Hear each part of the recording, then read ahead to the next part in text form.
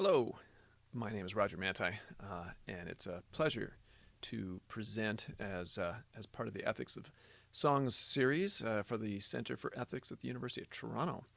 I'm currently associate professor at the Scarborough campus, where I work in the Department of Arts, Culture, and Media. I'm currently the director for the Music and Culture program there. Prior to that, I held positions at Arizona State and at Boston University, and that led to some of the research I'm going to share with you today. But I started out life as a school music teacher, and my background is actually instrumental rather than vocal.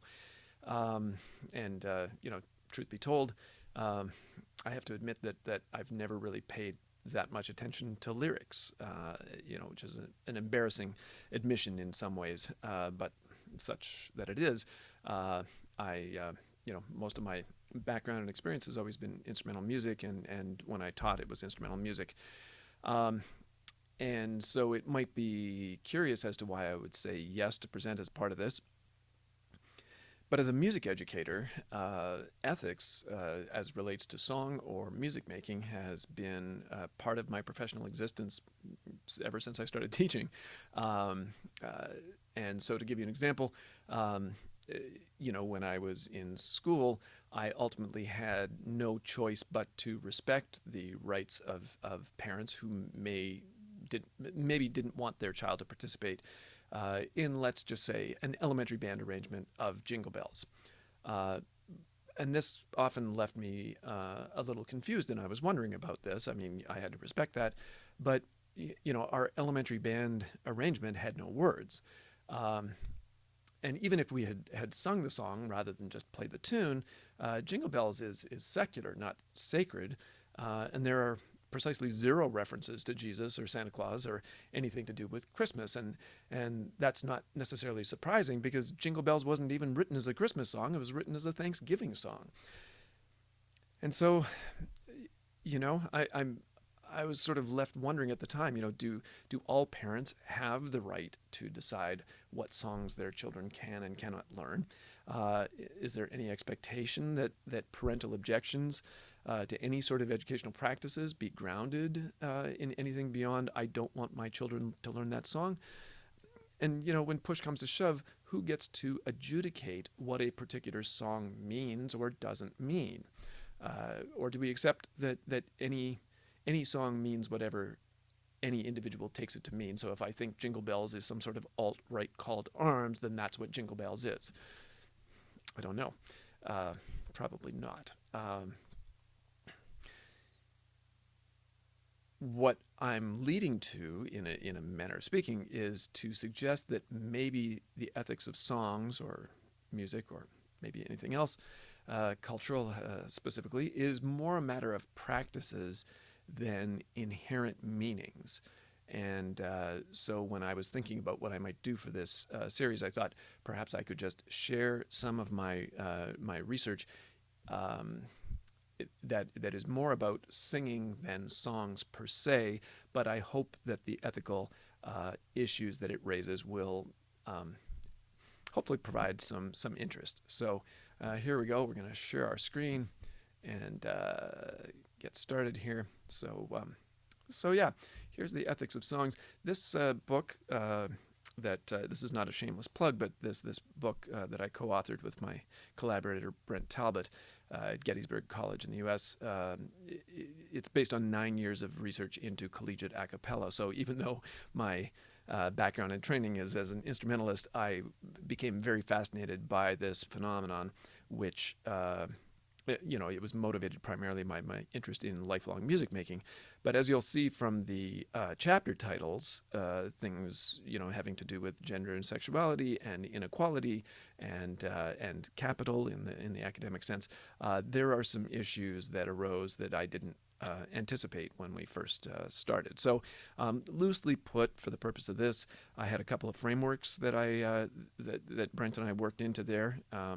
Some of you may be probably familiar with these if you're in academia. And just as a reminder, this particular musical practice groups are typically, university age, typically undergraduate. They usually draw a line, graduate students not welcome. They're usually 12 to 16 people. They're non-music majors. This is significant.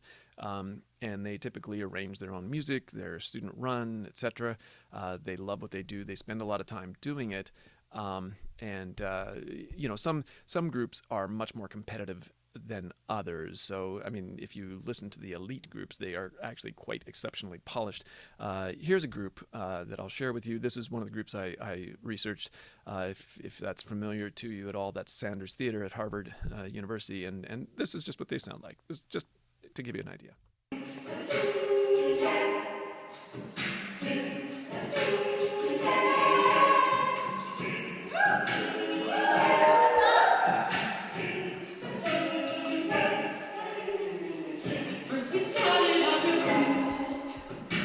So, it's songing, it's singing, and they're just singing songs, and they're usually pop songs.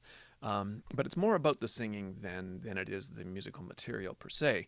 And this is just me walking. This is a picture I took as I was attending a rehearsal at MIT on a late Sunday night, about 11 p.m. I'm leaving, and I walked past this, and I sort of did a double take, and it's just all the different collegiate a cappella groups, and they usually have a lot of puns associated. The logarithms and the corollaries, etc., etc. Some more posters, you can get a sense of what these types of groups are about. If we had more time in this presentation, I might unpack men being manly, but you can read the book and we talk about it there. So just as a little bit of more context, the Pitch Perfect movies certainly helped to popularize this. It's not just in the U.S., though. I also did some research on groups here in Toronto. It started out in the Ivy Leagues, and as a result, the gendered nature of collegiate a cappella singing is quite prevalent. And when I say picking our friends, I'll come to that in a minute. So, I mean, this is just random pictures, but I'll let you draw your conclusions as to what collegiate a cappella might look like. As a reminder, capital in the social and cultural capital sense, and gender and sexuality in the nature of it being performative in the Butlerian sense. So here's one of the interviewees, and I'll let you draw your own conclusions here. I was basically looking at Ivy Leagues and then really small liberal arts colleges that were of 1,500 students, and a lot of times one of them I visited said that they had the greatest amount of a cappella groups per capita. I thought that was weird. I don't know, for 1,500 kids, how many a cappella groups do you really need? I don't know. But then when coming to Harvard, I guess I just assumed they had a cappella. I feel like if you are a legit institution, you probably do. Yeah, so there is a certain amount of embodied privilege that you might have noticed in that interview with a student at Harvard, and if you're attending a legit institution, then you probably would have collegiate a cappella. Here's another one. I think a lot of it was the prestige thing. There was a sense of that was what I'd always planned on. From growing up as a little kid, it was always I'm gonna be at Harvard, I'm gonna be at Yale, I'm gonna be Princeton. And when I actually toured them, those were my three least favorite. I actually loved Columbia. Mm-hmm. I loved Dartmouth, despite the fact that it's out in the middle of nowhere. Go figure. So, yeah, I think it was just that I felt like that was what I was supposed to. And when you grow up saying it, it becomes not just you expect it, but everyone around you expects it. Right. And obviously everyone in my high school expected it, and all my teachers expected it. It was just...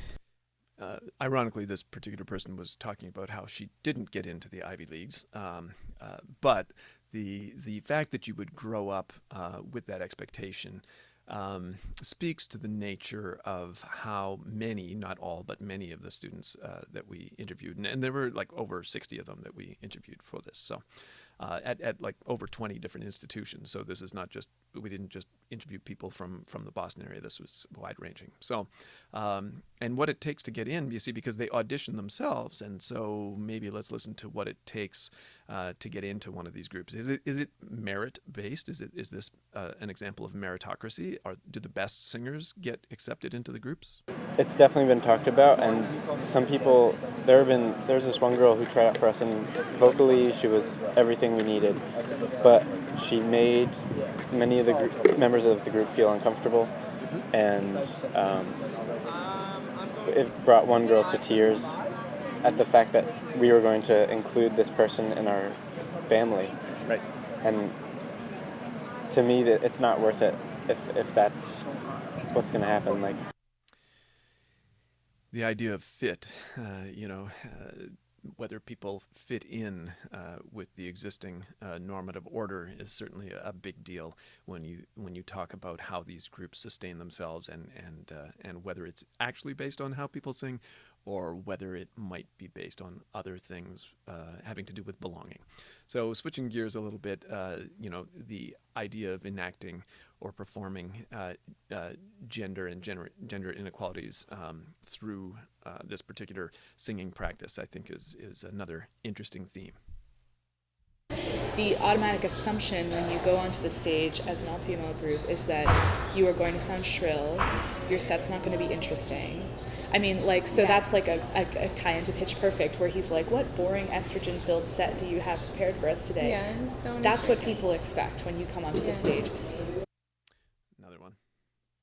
The leader of an all-female group just came out and said, yeah, you know what, girls who try and be funny on stage, they shouldn't do that. Girls aren't funny. Yes. Aaron says that all the time. I know. So, because the thing is guys can do that. They can be like goofy and stupid, and people find it endearing. Yeah, but when girls do it, it just gets really awkward. Really fast. Because you and can't tell whether they're being serious or not. Whereas if guys try to do something silly, it's assumed that they're trying to be silly. Right. Whereas if we do something silly, it's like, it's like they're trying to be silly. Were they going for something and it didn't really land?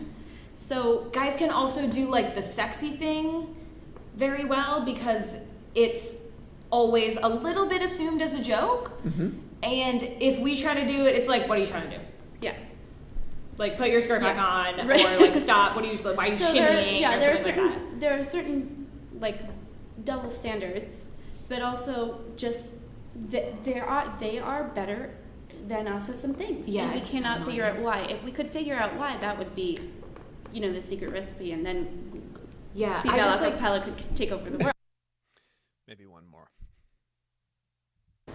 I think it gives us the shared bond of really hating that external system, and the way it gives additional privileges to any group with a male in it, be it a male group or a co-ed group.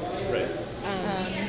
But I don't think it erases it, because for our mid-semester concerts, who do we invite to come sing with us? All male groups, because that's who's going to attract the audience. So I hope the point I'm trying to make is becoming clear here. This particular practice, when we think of it through an ethical lens, the ways in which social and cultural capital act to sustain various forms of inequality.